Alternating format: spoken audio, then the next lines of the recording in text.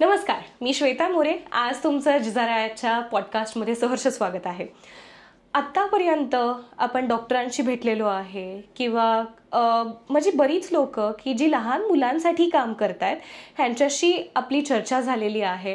पण आजचा विषय खरंच खूप इंटरेस्टिंग आहे. मेटर्निटी किंवा पोस्ट प्रेग्नन्सी. प्रत्येक आईला हा प्रश्न पडतो की एवढे खर्च आणि हे कसे करायचे, काय करायचे. आई वर्किंग असो किंवा एक हाऊसवाईफ असो, हा प्रश्न सगळ्याच आयांना पडतो. पण मग ह्या ठिकाणी ज्या गोष्टीचा रोल येतो तो म्हणजे आहे इन्शुरन्स. तर आजच्या ज्या गप्पा असणार आहेत त्या सगळ्या आपल्या इन्शुरन्स संदर्भात असणार आहेत. नमस्कार. नमस्कार. तर मेटर्निटी म्हटल्यानंतर इन्शुरन्समध्ये म्हणजे मलाही हा प्रश्न पडलेला होता की होतो कवर, नाही होत, मग काय केलं पाहिजे. मी तुम्हाला खरंच फ्रँकली सांगते, माझ्या दोन्ही मेटर्निटीज ज्या आहेत ह्या इन्शुरन्समध्ये कवर झाल्या नाहीत. पण मग नक्की हे मेटर्निटी आणि इन्शुरन्सचं कसं असतं? हे झालं नाहीत म्हणजे तुम्ही जेव्हा घेतलेलं होतं इन्शुरन्स, ते घेतल्यानंतर एका वर्षानंतर तुम्ही क्लेम करायला गेलेला असेल. जेव्हा तुम्हाला कन्सल्टेशन दिलं असेल त्यांनी हे सांगितलं असेल की ह्याच्यामध्ये वेटिंग पिरियड पण असतो. ओके. तर प्रत्येक कंपनीला 3-4 वर्षाचं वेटिंग पिरियड असतं. ते कंपनीवर डिपेंड करतात. हे तुम्हाला माहित असलं असतं तर मे बी ते 3-4 वर्षानंतर कव्हर झालं असतं. राईट. तर हे आपल्याला जाणून घ्यायचं असतं की त्या मॅटर्निटीचं किती वेटिंग पिरियड असतं, त्याच्यामध्ये किती कव्हर असतं, त्याच्यामध्ये आपल्याला बेनिफिट काय काय भेटणार आहे, हे सगळं झालं पाहिजे होतं. ओके. म्हणजे ह्या सगळ्या गोष्टी मी जेव्हा पॉलिसी घेतेय त्याच वेळी बघणं गरजेचं होतं. हो. मला तुम्ही ह्याच्यात एक गोष्ट सांगा की म्हणजे नक्की एक मुलगी की जिच्या आयुष्यात मेटर्निटी येणार आहेच आहे, म्हणजे 90% तर पॉसिबिलिटी आहेच आहे. तर मग तुम्ही जसं म्हटलात की 3-4 वर्षाचा वेटिंग पिरियड असतो, मग ह्याच्यामध्ये काय की एका मुलीने आधीच प्लॅन केलं पाहिजे का, हां आता मला 2-3 वर्षात लग्न करायचं आहे तर मग मी आधीच इन्शुरन्स घेऊन मी सगळं चेक करून मग पुढे सगळ्या गोष्टी झाल्या पाहिजे. येस, असे काही पॉलिसी आता नवीन आलेल्या आहेत मार्केटमध्ये की जे 3-4 वर्ष पहिलेच आपण पॉलिसी करून ठेवलं तर त्याच्यामध्ये आपल्याला मेटर्निटी कव्हर आपल्याला भेटतोय. ऍट द टाइम ऑफ आपलं मॅरेज झाल्यानंतर आपल्याला ते बेनिफिट भेटतं मॅटर्निटीचं सुद्धा. तो मेल असो किंवा फिमेल असो, कुठल्याही पॉलिसीमध्ये तुम्ही तुमच्या पार्टनरला त्याच्यामध्ये ऍड करू शकता आणि त्याचा 3 वर्षानंतर तुम्ही त्याची बेनिफिट पूर्ण घेऊ शकता. ओके. ओके. म्हणजे मेल असो फिमेल असो कोणीही फ्युचर प्लॅनिंग सांगतो की मी आता घेऊन ठेवलं आणि नंतर मी माझ्या नवऱ्याला ऍड केलं किंवा जो कोण नवरा आहे त्यांनी त्याच्या बायकोला ऍड केलं तर हे होऊ शकतो. पण मी तुम्हाला सांगते खरंच बऱ्याच लोकांमध्ये हा अवेअरनेसच नाही आहे की म्हणजे अशाही गोष्टी आहेत, अशा अवेलेबल आहेत. त्यानंतर म्हणजे बेनिफिट्सच्या बाबतीत मेटर्निटीचे जे बेनिफिट्स असतात तर असं काही आहे का की कॉर्पोरेट्सला खूप जास्त मिळतात, कॉर्पोरेट इन्शुरन्स जो असतो त्याला? हो, तुम्ही एखाद्या कंपनीमध्ये एम्प्लॉय असेल, तुम्हाला ते बेनिफिट भेटत असेल तर त्याच्यामधून तुम्हाला डे 1 पासून कव्हर भेटतं.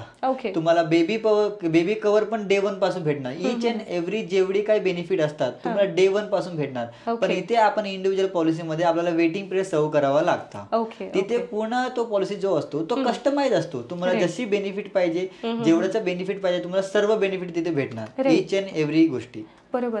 पण प्रत्येक जण कॉर्पोरेटमध्येच काम करतो असं नाही आहे ना? हो. तर ह्याच्यासाठी मी तुम्हाला एकच रेकमेंड करेल की तुम्ही प्री प्लॅनिंग करून ठेवा. तर तुम्हाला हे चॅलेंजेस फेस येणार नाही इन फ्युचर मध्ये.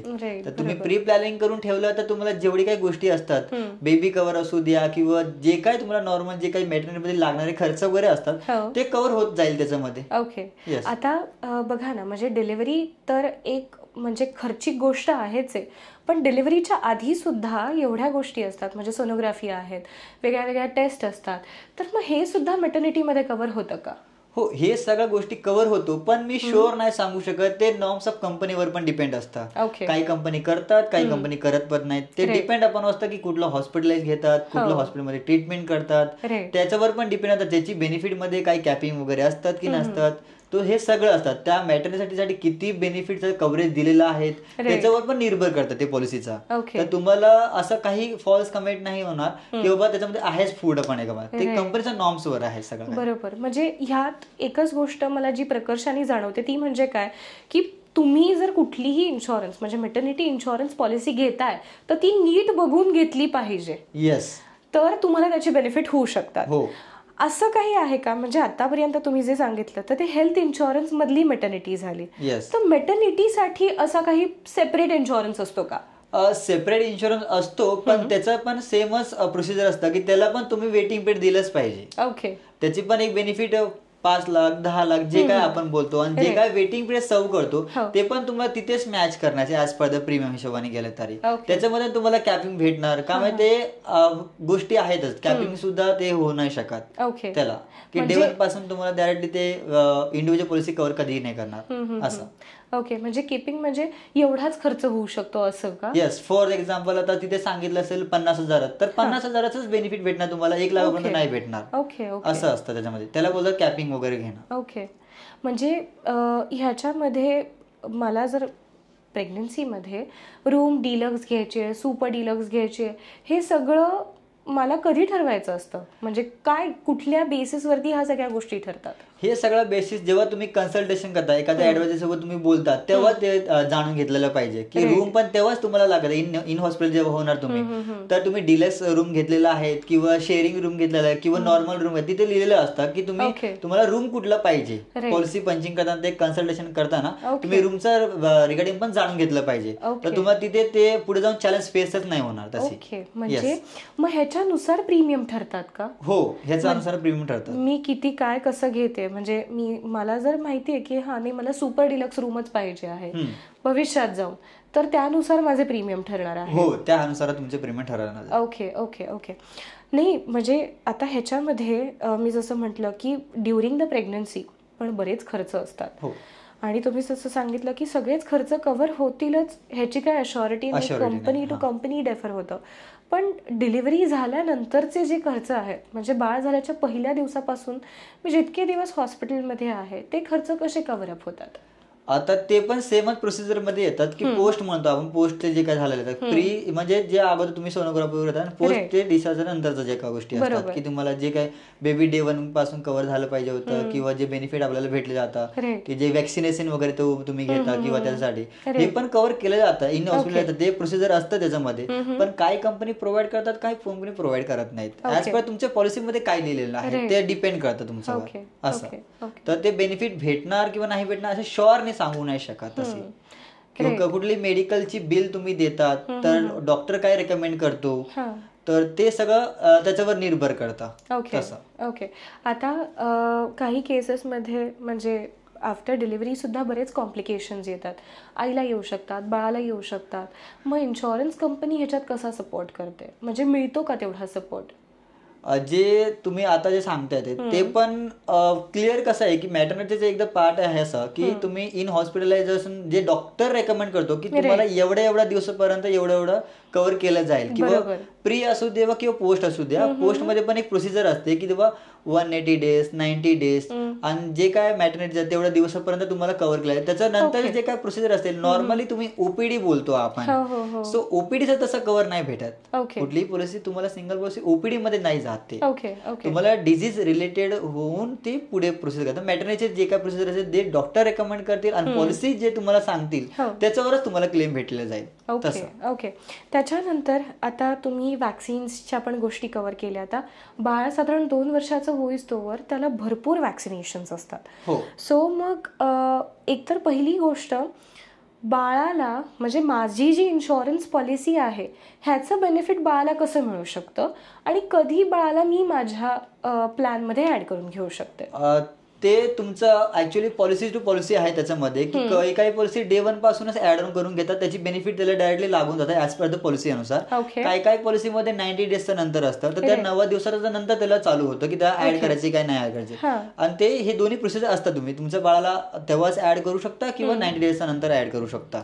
तर तेव्हा जे काय बेनिफिट तुमच्या पॉलिसीमध्ये असणार, जसे वॅक्सिनेशन आता बोलतो, मॅटर्निटी जे काय बेनिफिट आहे 2 वर्षानंतर जसं तुम्ही रिन्यू करत जाणार तसे ते बेनिफिट तुम्हाला ऍड ऑन पण भेटत जाणार त्या दोन्ही प्रोसिजर फॅमिली फ्लोटर मध्ये तसं. ओके. सो ह्याच्यामध्ये मला अजून एक प्रश्न आहे की 90 दिवसानंतर मी बाळाला ऍड करू शकते, तर तुम्ही इथे काय सजेस्ट कराल? म्हणजे असं काही असतं का की 90 दिवसाचं बाळ झाल्यानंतर त्याचा इंडिव्हिज्युअल इन्शुरन्स निघू शकतो का, मग फॅमिली फ्लोटर मध्येच ऍड केलं? नाही, फॅमिली फ्लोटर मध्ये ऍड केलं तर बेटर आहेत. इंडिव्हिज्युअलचं कसं असतं की म्हणजे फॅमिली फ्लोटर पॉलिसीमध्ये आपण कुठलाही फॅमिली पर्सनला 25 एज पर्यंत आपण फॅमिली फ्लोटर मध्ये राहू शकतो. त्याच्याने आपल्याला बेनिफिट काय, एक प्रीमियम पण कंपॅरिझन कमी येतात, इंडिव्हिज्युअल घेतलेलं जास्त आपल्याला प्रत्येक व्यक्तीला पडणार. सो हे बेनिफिशियल आहे की 25 एज पर्यंत आपण त्या पॉलिसीमध्ये ठेवतो ऍज पर द रूल्स अनुसार. त्याच्यानंतर त्यांनी इंडिव्हिज्युअल घेतलं तरी काही हरकत नाही त्याला. तसं ओके, म्हणजे फॅमिली फ्लोटर जेवढे फॅमिली मेंबर्स आहेत तेवढे सगळे त्या फॅमिली फ्लोटर मध्ये येऊ शकतात. येस. आणि म्हणजे जे इंडिव्हिज्युअलला बेनिफिट्स मिळणार आहेत ते फॅमिली फ्लोटरला पण बेनिफिट्स आहेत. फक्त काय तर प्रीमियम कमी भरायला लागेल. म्हणजे तिघांचा मिळून, चौघांचा मिळून, त्या फॅमिलीचा मिळून जेवढा प्रीमियम असणार आहे तेवढा तो प्रीमियम मला भरायला लागणार आहे. ओके, माझा एक शेवटचा प्रश्न तुम्हाला की म्हणजे खरंच प्रत्येक आईला किंवा पेरेंट्स म्हणून मॅटर्निटी ही खरंच थोडी महाग गोष्ट आहे आणि जी फिक्स्ड आहे, जी होणारच आहे कधी ना कधीतरी आयुष्यात. आणि लोक इन्शुरन्स का घेतात की सिक्युरिटीसाठी, सेफ्टीसाठी. पण जसं तुम्ही सांगितलं की 3-4 वर्ष आधी तुम्ही प्लॅन करा. आणि अजून एक जे बेनिफिट सांगितलं की मी घेतलं किंवा माझ्या नवऱ्याने आधी जर लग्न घेऊन ठेवलं तर मला ते ॲड करू शकतात किंवा मी माझ्या नवऱ्याला, फ्युचर हजबंडला त्याच्यात ॲड करू शकते. तर बऱ्याच लोकांना हे बेनिफिट्स माहिती नसतात. आणि ह्याच्यामध्ये तुम्ही जसं सांगितलं की कन्सल्टेशनचा कसा इम्पॉर्टंट पार्ट आहे, तर अजून मला थोडंसं सांगाल की जर तुम्ही आधीच कन्सल्टेशन घेतलं तर त्याचे कसे बेनिफिट्स होऊ शकतात.